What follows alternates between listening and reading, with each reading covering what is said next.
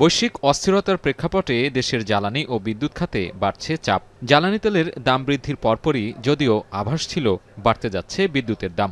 এমন বাস্তবতার মাঝেই বাড়তি চাপ হিসেবে যোগ হলো নতুন করে বিদ্যুতের দর। ১.৫ মাসের ব্যবধানে দ্বিতীয় দফায় জ্বালানি তেলের দাম বাড়ার ৩ দিনের মাথায় এবার বাড়ল গ্রাহক ও পাইকারি পর্যায়ে বিদ্যুতের দর। 2025-26 বুধবার বিকেলে বাংলাদেশ এনার্জি রেগুলেটরি কমিশনের সংবাদ সম্মেলন থেকে ঘোষণা করা হয় নতুন দর। এতে গ্রাহক পর্যায়ে ১ টাকা ৫২ পয়সা বাড়িয়ে নতুন দর নির্ধারণ করা হয় ১০ টাকা ৬৩ পয়সা। আর পাইকারিতে মূল্যহার ইউনিট প্রতি ১ টাকা ৩৯ পয়সা বাড়িয়ে ৮ টাকা ৩৯ পয়সা পুনর্নির্ধারণ করা হয়। শতাংশের হিসেবে যা ১৯.৮৫ শতাংশ। অন্যদিকে সঞ্চালন চার্জ বেড়েছে ২৩.৯৬ শতাংশ।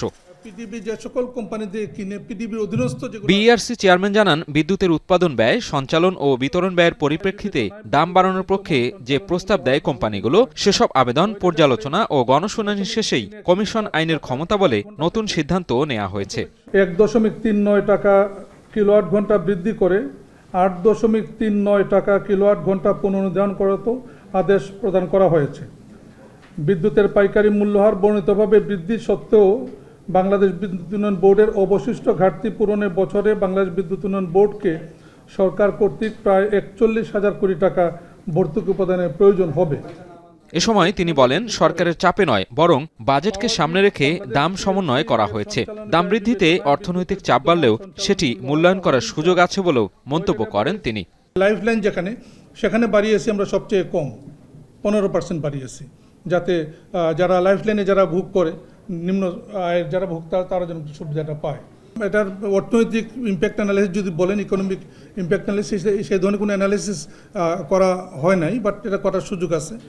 এদিকে নতুন করে বিদ্যুতের দাম সমন্বয়ে অস্বস্তি দেখা গেছে সাধারণ নাগরিক ও ব্যবসায়ীদের মধ্যে। জ্বালানি তেলের পর বিদ্যুতের খরচ বৃদ্ধিতে হতাশ তারা।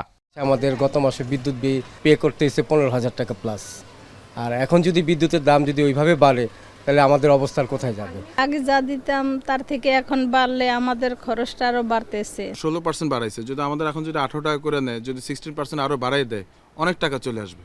জ্বালানি বিশেষজ্ঞরা বলছেন, বিদ্যুতের উৎপাদন ব্যয় সামলাতে নিরুপায় সরকার। নতুন দামের প্রভাব জনজীবন ও শিল্প কারখানার ওপর নেতিবাচক প্রভাব ফেলবে। মধ্যবিত্ত থেকে সবারই কষ্ট হবে, কিন্তু আমি কোনো উপায় দেখতেছি না। আর এরা যদি অন্য একটা করতে পারতো, যে ইমিডিয়েট একটা ক্রাশ প্রোগ্রাম করতে পারে, ইললিগ্যাল যত কানেকশন আছে তা যদি বন্ধ করি, আমার ডিমান্ড কিন্তু অনেক কমে যাবে। যদি এটা ডিমান্ড কমে, তাহলে তো আমার কস্ট অফ প্রোডাকশনও কমে যাচ্ছে।